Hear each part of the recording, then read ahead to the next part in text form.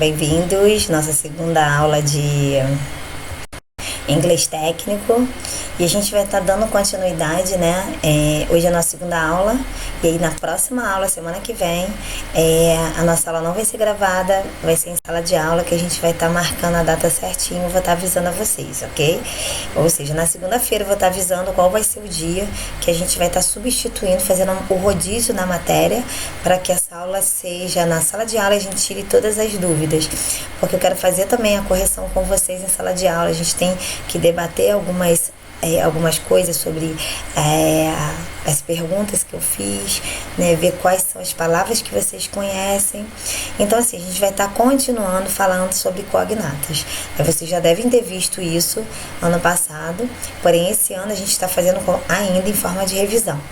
Então, continuando sobre cognatas, né, essas palavras do inglês para o português, elas são super parecidas, tanto no significado quanto na forma de se escrever.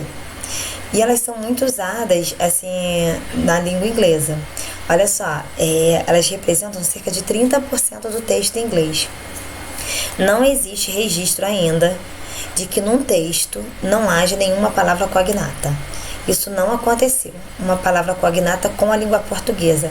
Porque vocês precisam entender o seguinte: a palavra cognata, ela é ligada a um outro idioma. No nosso caso, a gente está falando a palavra cognata do inglês para o português. Então, o que acontece? A grafia é parecida e o significado do inglês e o do português é a mesma coisa. Tá? Então, assim, no mínimo, dentro de um texto, vai apresentar uma palavra cognata. Né? Ainda não houve registro de um texto em inglês que não apresentasse nenhuma palavra cognata. Tá? Essas palavras, elas possuem 3 classificações, que são as idênticas, as semelhantes e as vagamente parecidas.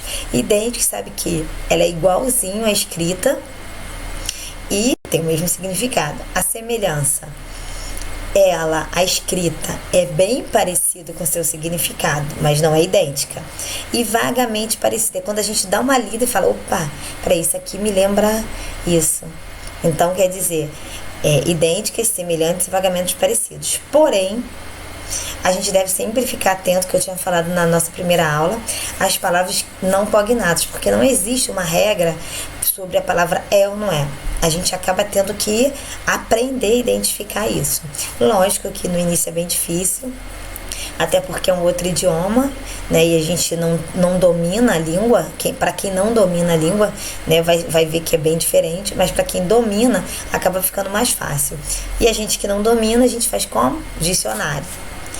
Então, assim, essas palavras cognatas, elas possuem uma grafia semelhante a alguma palavra da língua portuguesa.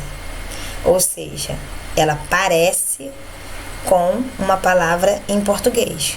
Porém, o significado é totalmente diferente da palavra em português, o que não acontece com a palavra cognata. A palavra cognata, ela é parecida, ou é semelhante, ou é idêntica, porém, a sua tradução, seu significado é a mesma coisa, tanto no inglês quanto no português. E no falso cognato, não. Nos não cognatos, não. Elas lembram, são parecidas, porém o significado do inglês e o do português são diferentes. Ok? Eu coloquei aqui as principais palavras assim cognatas do inglês para o português e o significado.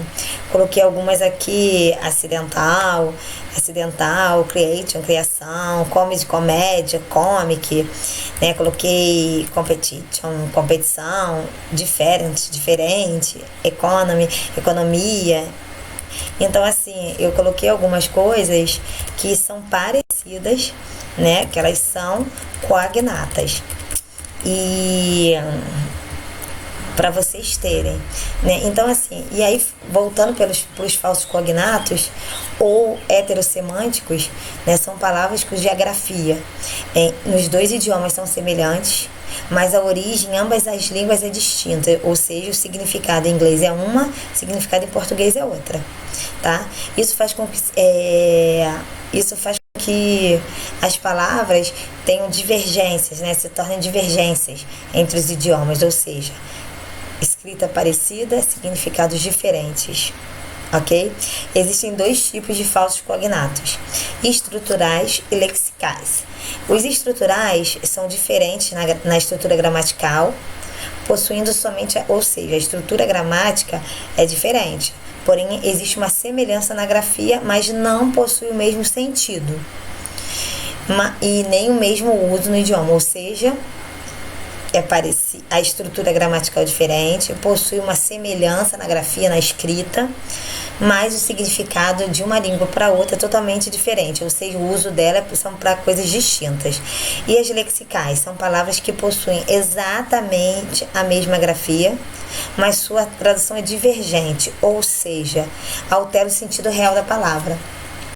Há uma diferença aí, tá, gente? Uma coisa é ter significado diferente, outra coisa é alterar o significado. São aquelas palavras que quando você encaixa, ela se torna diferente de acordo com a frase. Existem muitas palavras assim, né?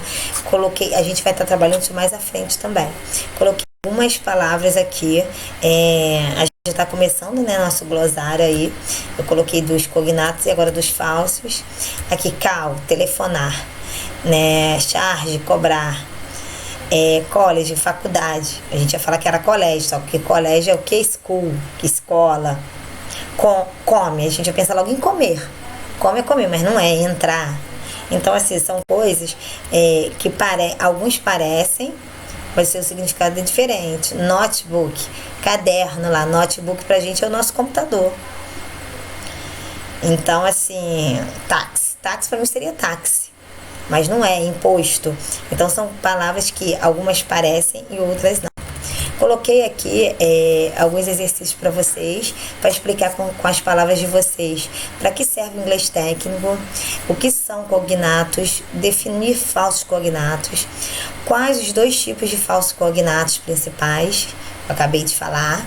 Cite duas palavras, cognatos, que você usa e sabe o significado. Peraí, essa aqui eu sei. E eu uso sempre porque eu sei o significado. E quais as 3 classificações que os cognatos possuem. Então, vocês vão estar copiando essa matéria no caderno. Veja bem, a aula está gravada, mas todo o conteúdo dela deve estar no caderno. E os exercícios devem ser feitos. Eu vou cobrar isso de vocês, ok? Vou ficando por aqui. Beijo no coração de cada um, né? E até a nossa próxima aula, que vai ser presencial. Beijinhos, amores. Não esqueçam de copiar e de fazer os exercícios.